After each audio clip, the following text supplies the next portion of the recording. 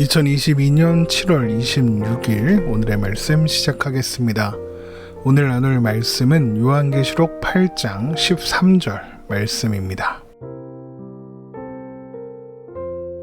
내가 또 보고 들으니 공중에 날아가는 독수리가 큰 소리로 이르되 땅에 사는 자들에게 화가 있으리니 이는 새 천사들이 불어야 할 나팔 소리가 남아 있음이로다 하더라. 아멘. 넷째 천사가 나팔을 불자 해 3분의 1과 달 3분의 1과 별들의 3분의 1이 타격을 받아 어두워졌습니다. 이것은 여호와의 날의 어두움이며 하나님의 심판이 임하였다는 상징이라고 했습니다. 또한 해달별이 그 빛을 잃어버리는 그 모습은 해달별이 빛의 근원이 아니라는 것, 하나님이 참된 빛의 근원이시며 해달별에게 빛을 주신 분 또한 하나님이시라는 것을 보여주는 것이라고 했죠.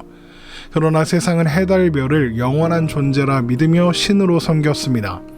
하나님을 마음에 두기 싫어하여 썩어지지 아니하는 하나님의 영광을 썩어질 사람과 새와 짐승과 기어다니는 동물 모양의 우상으로 대신해버린 것이죠. 그래서 하나님은 해달별의 빛을 거두어 가심으로써 세상이 영원할 것이라고 믿고 신으로 숭배했던 그 대상이 사라지게 하사 이 세상 어떤 것도 영원하지 않다는 것을 보여주신 것이었습니다. 결국 넷째 나팔 심판은 하나님께서 이 세상, 이 땅을 의지하며 사는 것을 더 이상 허락하지 않으실 그 날이 올 것이다. 그 날은 반드시 있다. 이것을 보여주는 것이죠. 하지만 하나님을 의지하고 영원한 하나님 나라를 소망하며 사는 하나님의 백성들, 우리 신자들에게는 이것보다 더 큰 위로와 격려는 없을 것입니다. 우리는 언젠가 사라지고 말 이 세상, 이 땅이 아니라 영원한 하나님 나라를 의지하며 소망하며 사는 자들이니까요. 그러나 이것은 땅을 의지하며 사는 자들에게는 이것보다 더 큰 화는 없겠죠. 요한계시록 8장 13절 말씀입니다. 내가 또 보고 들으니 공중에 날아가는 독수리가 큰 소리로 이르되 땅에 사는 자들에게 화가 있으리니 이는 새 천사들이 불어야 할 나팔 소리가 남아 있음이로다 하더라. 화 이것을 원어로 발음하면 우아이가 됩니다. 화라는 헬라어 발음이 독수리 울음소리와 비슷하다고 하죠. 하늘을 나는 독수리가 땅에 사는 자들, 그러니까 땅을 의지하여 사는 자들에게 화가 있을 것이다 라고 소리치며 다니는 겁니다. 게다가 화 이렇게 3번 반복하고 있죠. 이것은 화가 반드시 있을 수밖에 없다는 강조입니다. 뿐만 아니라 앞으로 남은 하나님의 심판으로서의 화가 3번 남았다, 이런 의미이기도 하죠. 그래서 독수리가 화가 3번 있을 것이다 라고 하는 이유에 대하여 이는 새 천사들이 불어야 할 나팔 소리가 남아있기 때문이다 라고 하는 것입니다. 결국 첫 번째 화는 5번째 나팔을, 두 번째 화는 6째 나팔을, 세 번째 화는 7째 나팔을 의미한다 라고 할 수 있는 것이죠. 그래서 이후에 진행되는 5째, 6째, 7째 천사가 나팔을 불 때 일어난 환상을 설명하고는 이렇게 이야기합니다. 먼저 요한계시록 9장 12절입니다. 첫째 화는 지나갔으나 보라 아직도 이후에 화 둘이 이르리로다. 첫째 화가 지나갔지만 아직 화 둘이 남았다 그러죠. 또 요한계시록 11장을 보면 요한계시록 11장 14절입니다. 둘째 화는 지나갔으나 보라 셋째 화가 속히 이르는도다. 이렇게 둘째 화는 지나갔지만 아직 셋째 화가 남았다. 그것도 속히 이를 거다라고 하죠. 그러니까 요한계시록 8장 13절에 기록된 독수리의 화가 있으리니 라는 선포가 11장까지 이어져서 가고 있는 겁니다. 그런데 이런 화가 있을 것이다 라는 선포를 왜 독수리로 하여금 하게 하였느냐? 그것은 독수리가 먹이를 사냥할 때의 습성과 연관이 있는 것 같습니다. 독수리는 보통 먹이를 사냥할 때 조용히 날아와서 먹잇감이 되는 짐승이 자기가 언제 낚아채졌는지도 모른 채 잡혀간다고 합니다. 그래서 독수리는 어지간하면 사냥에 실패하는 일이 없다고 합니다. 그런데 이것은 하나님의 심판과도 같은 양상이죠. 데살로니가전서 5장 2절에서 3절 말씀입니다. 주의 날이 밤에 도둑같이 이룰 줄을 너희 자신이 자세히 알기 때문이라.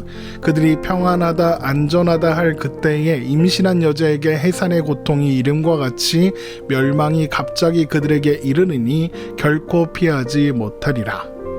주의 날, 그러니까 여호와의 날, 심판의 날이 도둑같이 임신한 여자에게 해산의 고통이 갑자기 임하는 것처럼 임한다는 겁니다. 예상하지 못하는 때에 심판이 이루는 줄도 모르고 있을 때, 평안하다 안전하다 하며 안심하고 있을 때 심판이 임할 것이며, 그래서 그것을 피할 수 있는 존재는 아무도 없다는 것이죠. 독수리가 먹잇감을 사냥할 때 사냥당하는 먹잇감처럼 말입니다. 결국 요한계시록 8장의 마지막 절인 8장 13절은 여호와의 날이 독수리가 먹잇감을 낚아채 가는 것처럼 땅을 의지하여 살아가는 자들이 예상하지 못할 때에 임할 것이며, 그날을 피할 수 없으므로 그것보다 더 큰 화는 없다는 것 또한 말하고 있는 것입니다. 그래서인지는 몰라도 구약에서 독수리는 멸망을 선언하는 상징으로서 자주 등장하고 있습니다. 예레미야 4장 13절 말씀입니다. 보라, 그가 구름같이 올라오나니 그의 병거는 회오리 바람 같고 그의 말들은 독수리보다 빠르도다. 우리에게 화 있도다. 우리는 멸망하도다 하리라. 이렇게 하나님께서 독수리처럼 소리도 기척도 없이 빠르게 날아오셔서 심판하실 것이다 라는 것이죠. 하지만 신자된 자들에게, 신자된 우리들에게, 하나님의 백성들에게 그날은 저주의 날, 심판의 날, 멸망의 날이 아니라 신원의 날이요 구원의 날이 될 것입니다. 이 땅을 의지하여 사는 사람들은 평안하다 안전하다 하며 안심하고 있을 때 갑자기 심판이 임하여 그것을 피할 자가 없겠으나, 우리는 빛에 속한 자녀들이기 때문에 우리는 심판에 이르지 아니하고 구원에 이르며 완성된 하나님 나라에서 우리 주님 예수 그리스도와 함께 영원히 살 거니까요. 데살로니가전서 5장 4절에서 10절 말씀입니다. 형제들아, 너희는 어둠에 있지 아니하매 그날이 도둑같이 너희에게 임하지 못하리니 너희는 다 빛의 아들이요 낮의 아들이라. 우리가 밤이나 어둠에 속하지 아니하나니 그러므로 우리는 다른 이들과 같이 자지 말고 오직 깨어 정신을 차릴지라. 자는 자들은 밤에 자고 취하는 자들은 밤에 취하되 우리는 낮에 속하였으니 정신을 차리고 믿음과 사랑의 호심경을 붙이고 구원의 소망의 투구를 쓰자. 하나님이 우리를 세우심은 노하심에 이르게 하심이 아니요 오직 우리 주 예수 그리스도로 말미암아 구원을 받게 하심이라. 예수께서 우리를 위하여 죽으사 우리로 하여금 깨어있든지 자든지 자기와 함께 살게 하려 하셨느니라. 예수께서 우리를 위하여 죽으사 우리로 하여금 깨어있든지 자든지 자기와 함께 살게 하려 하셨느니라입니다. 예수님께서 우리를 살게 하셨습니다. 땅을 의지하여 사는 자들은 하나님의 심판이 임하는 줄도 모르고 평안하다 안전하다 할 것이나, 우리에게는 진정한 평안과 안전이 보장되어 있다는 겁니다. 그래서 신자된 우리들에게는, 하나님의 백성된 우리들에게는 독수리는 심판의 상징이 아닙니다. 오히려 하나님의 능력의 상징이며 하나님께서 능력으로 함께 하신다는 그 사실의 상징이 되죠. 이사야 40장 26절에서 31절 말씀입니다. 너희는 눈을 높이 들어 누가 이 모든 것을 창조하였나 보라. 주께서는 수요대로 만상을 이끌어내시고 그들의 모든 이름을 부르시나니 그의 권세가 크고 그의 능력이 강함으로 하나도 빠짐이 없느니라. 야곱아, 어찌하여 내가 말하며 이스라엘아, 내가 이르기를 내 길은 여호와께 숨겨졌으며 내 송사는 내 하나님에게서 벗어난다 하느냐. 너는 알지 못하였느냐, 듣지 못하였느냐. 영원하신 하나님 여호와 땅끝까지 창조하신 이는 피곤하지 않으시며 곤비하지 않으시며 명철이 한이 없으시며 피곤한 자에게는 능력을 주시며 무능한 자에게는 힘을 더하시나니 소년이라도 피곤하며 곤비하며 장정이라도 넘어지며 쓰러지되 오직 여호와를 앙망하는 자는 새 힘을 얻으리니 독수리가 날개치며 올라감 같을 것이요 다른 박질하여도 곤비하지 아니하겠고 걸어가도 피곤하지 아니하리로다. 하나님께서 우리 위에 장막을 치사 안전하게 보호하시겠다고 약속하셨습니다. 하나님은 우리의 힘과 능력이 되어 주십니다. 하나님을 의지하고 앙망하는 자들에게 새 힘을 주사 독수리가 날개쳐 올라가는 것처럼 도우실 것입니다. 우리는 이 세상을 살면서 이 땅을 의지하고 사는 자들로부터 무시와 조롱과 업신여김을 받을 수 있습니다. 세상은 이 좋은 게 여기 이렇게 많은데 왜 보이지도 않는 하나님을 믿느냐? 왜 그렇게 고생하고 있느냐 할 수 있습니다. 이것은 단순히 교회를 다니냐 안 다니냐의 구분이 아닙니다.